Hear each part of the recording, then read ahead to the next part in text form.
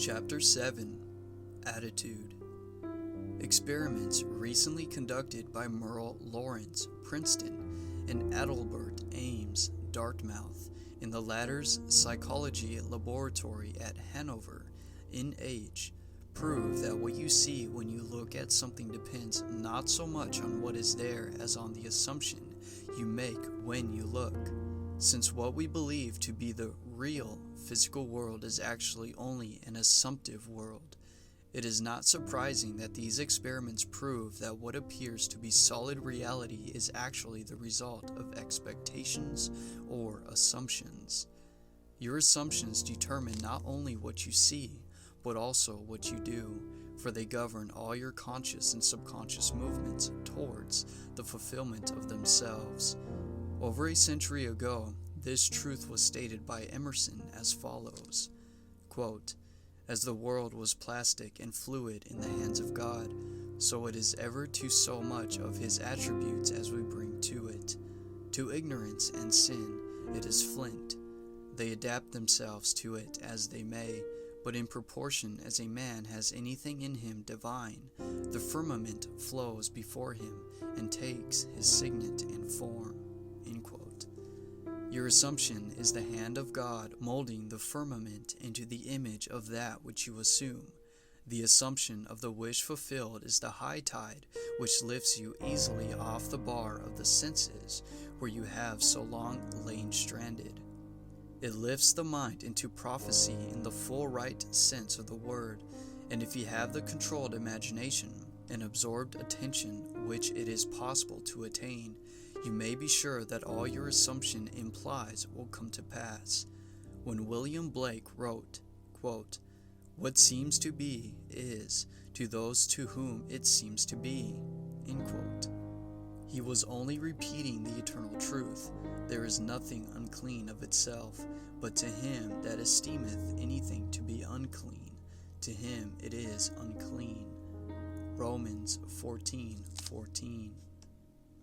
Because there is nothing unclean of itself, or clean of itself, you should assume the best and think only of that which is lovely and of good report. It is not superior insight, but ignorance of this law of assumption. If you read into the greatness of men some littleness with which you may be familiar, or into some situation or circumstance an unfavorable conviction, your particular relationship to another influences your assumption with respect to that other, and makes you see in him that which you do see. If you can change your opinion of another, then what you now believe of him cannot be absolutely true, but it is only relatively true. The following is an actual case history illustrating how the law of assumption works. One day, a costume designer described to me her difficulties in working with a prominent theatrical producer. She was convinced that he unjustly criticized and rejected her best work, and that often he was deliberately rude and unfair to her. Upon hearing her story, I explained that if she found the other rude and unfair, it was a sure sign that she, herself, was wanting, and that it was not the producer, but herself, that was in need of a new attitude. I told her that the power of this law of assumption and its practical application should be discovered only through experience, and that only by assuming that the situation was already what she wanted it to be could she prove that she could bring about the change desired. Her employer was merely bearing witness, telling her by his behavior what her concept of him was.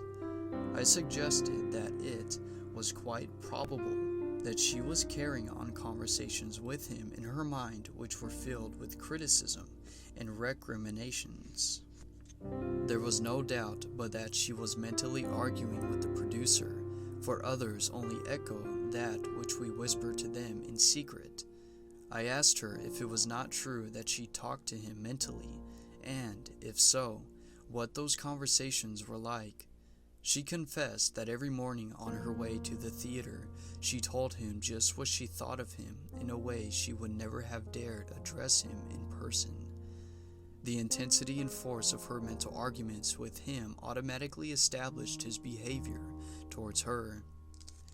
She began to realize that all of us carry on mental conversations, but, unfortunately, on most occasions, these conversations are argumentative, that we have only to observe the passerby on the street to prove this assertion.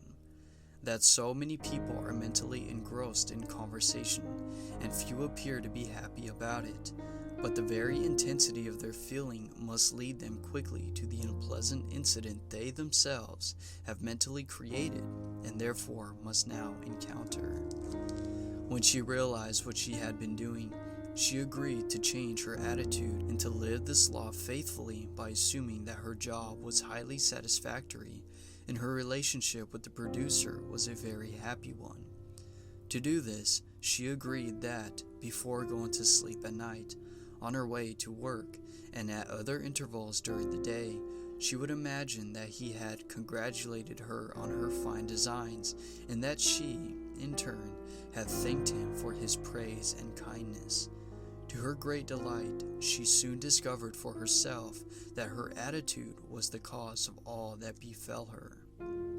The behavior of her employer miraculously reversed itself, his attitude echoing, as it had always done, that which she had assumed, now reflected her changed concept of him. What she did was by the power of her imagination.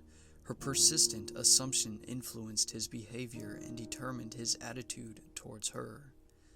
With the passport of desire on the wings of a controlled imagination, she traveled into the future of her own predetermined experience.